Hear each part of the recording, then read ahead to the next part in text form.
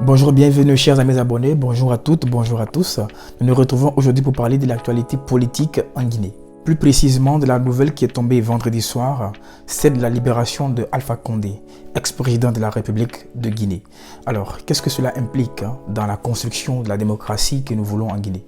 Alors, je veux préciser que ce décryptage n'est pas celui animé d'un esprit de partialité. Au contraire, c'est partant des éléments concrets que je vais arriver à une conclusion que vous saurez à la fin de la vidéo. Est-ce qu'en libérant Alpha Condé, Doumbouya réussit ou faillit à l'une de ses missions qu'il s'est lui-même attribuée?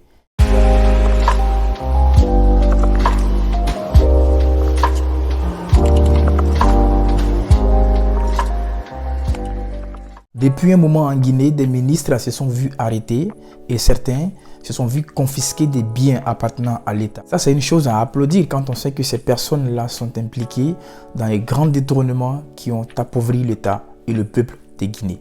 Bon, ça, on laisse la justice faire son travail. On ne va pas revenir sur ça et en faire une leçon. Mais ce qui reste étonnant, quelque part choquant et décevant, c'est de voir que la personne qui était à la tête de ce gouvernement a été mise en liberté.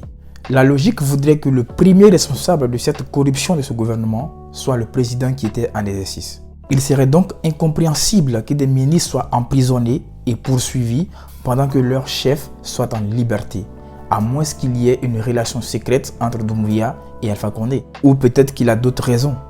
Mais ce qui reste très effrayant, alors je fais la mention des mots très effrayants parce que cela part même à l'encontre des principes de base de la construction d'un État démocratique. Donc ce qui reste très effrayant, c'est que cette libération n'aide pas forcément à une réconciliation nationale. Alors on va y revenir tout de suite, mais écoutons d'abord la déclaration de la journaliste d'hier soir. Et son président, son Excellence le colonel Mamadi Doumbouya, président de la transition, chef suprême des armées, informe l'opinion nationale et internationale que l'ancien président de la République, le professeur Alpha Condé, est libre. Toutefois, il demeurera à l'actuelle résidence de son épouse jusqu'à l'achèvement des travaux de reconstruction de son domicile privé. Tout en continuant de bénéficier d'une protection adéquate, il pourra recevoir à sa demande les membres de sa famille biologique, politique, des amis ou proches. Le président de la transition rassure que le peuple de Guinée et la communauté internationale, que la dignité et l'intégrité du professeur Alpha Condé seront toujours préservées conformément à son rang, à son statut et aux vertus de la tradition africaine. Conakry, le 21 avril 2022. Alors le 5 septembre 2021, Doumbouya prend le pouvoir par la force dans les mains d'Alpha Condé. Après donc cet acte, une charte a été établie. Une charte dans laquelle des missions du CNRD ont été énumérées, des missions qu'il devrait donc bien sûr accomplir. Je vais donc vous lire quelques paragraphes du préambule et quelques articles.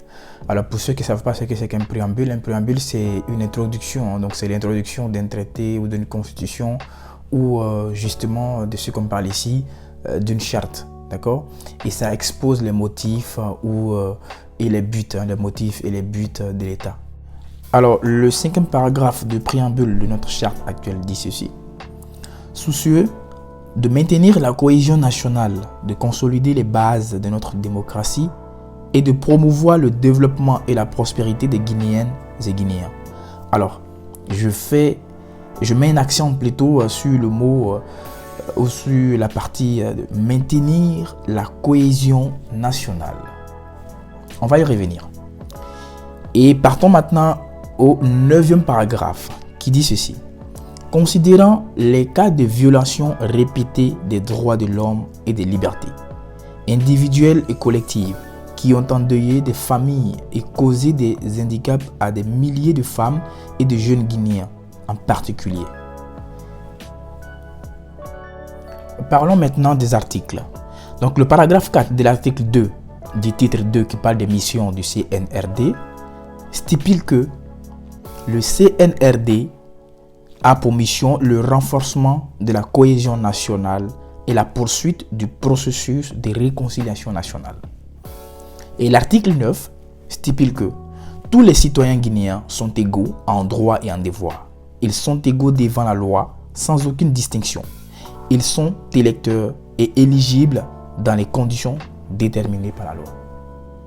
Après donc ces lectures de ces quelques paragraphes du préambule en question de la charte et de quelques articles que nous avons aussi vus, nous allons partir pas à pas dans notre analyse. Selon le paragraphe 9 du préambule en question, il est reconnu qu'il y a eu des familles endeuillées en Guinée. Alors il faut être clair, cela ne se limite pas seulement au gouvernement de Alpha Condé, mais cela remonte même bien avant. On a vu en 2009 et aussi bien avant. Donc, c'est de toutes ces personnes endeuillées, des familles endeuillées, dont parle ce préambule. Alors, puisqu'ils se sont donnés pour mission de renforcer la cohésion nationale et la poursuite du processus de réconciliation nationale, et puisque toutes ces familles endeuillées attendent toujours que justice soit faite, parce que ne pensez pas que ces personnes ont oublié tout ce qui s'est passé depuis bien avant même qu'Alpha Condé ne vienne au pouvoir, ils sont là et ils attendent qu'un gouvernement vienne afin d'établir la justice. Il est donc nécessaire, voire même impératif, que les cœurs de ces familles-là soient apaisés pour une paix durable. Car qui peut faire la paix avec hypocrisie? Pour cela, il faut que toutes ces personnes qui sont impliquées de près ou de loin dans tous ces crimes-là comparaissent devant un tribunal. À commencer par les anciens gouvernements jusqu'au gouvernement de Alpha Condé. Voici donc comment devait être établie la politique de la réconciliation de ce gouvernement de transition. Car qui veut aller réconcilier sans passer par la justice prépare son échec. À présent, le peuple de Guinée se tourne vers la justice, qui a aussi un pouvoir totalement indépendant, enfin, normalement, pour prendre l'affaire en charge, l'affaire Alpha Condé, je veux dire. Car il faut vraiment une réconciliation en Guinée. Et pour cela, il faut que tout le monde, je dis bien, comparaisse devant un tribunal. Tous ceux qui sont impliqués de près ou de loin, je le répète, dans des crimes, dans les détournements. Ici s'arrête donc la vidéo d'aujourd'hui. Merci à toutes et à tous d'avoir été présents.